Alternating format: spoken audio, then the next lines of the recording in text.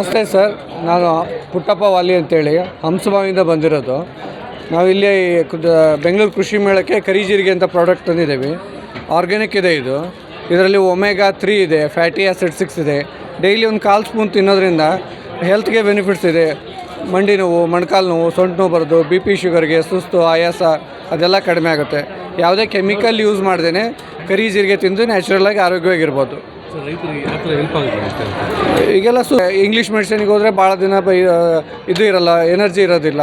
ಇದು ನ್ಯಾಚುರಲಾಗಿ ಅವ್ರು ಬೆಳೆದಿರೋ ಕರಿಜೀರಿಗೆನೇ ತಿಂದು ಅವ್ರು ಆರೋಗ್ಯವಾಗಿರ್ಬೋದು.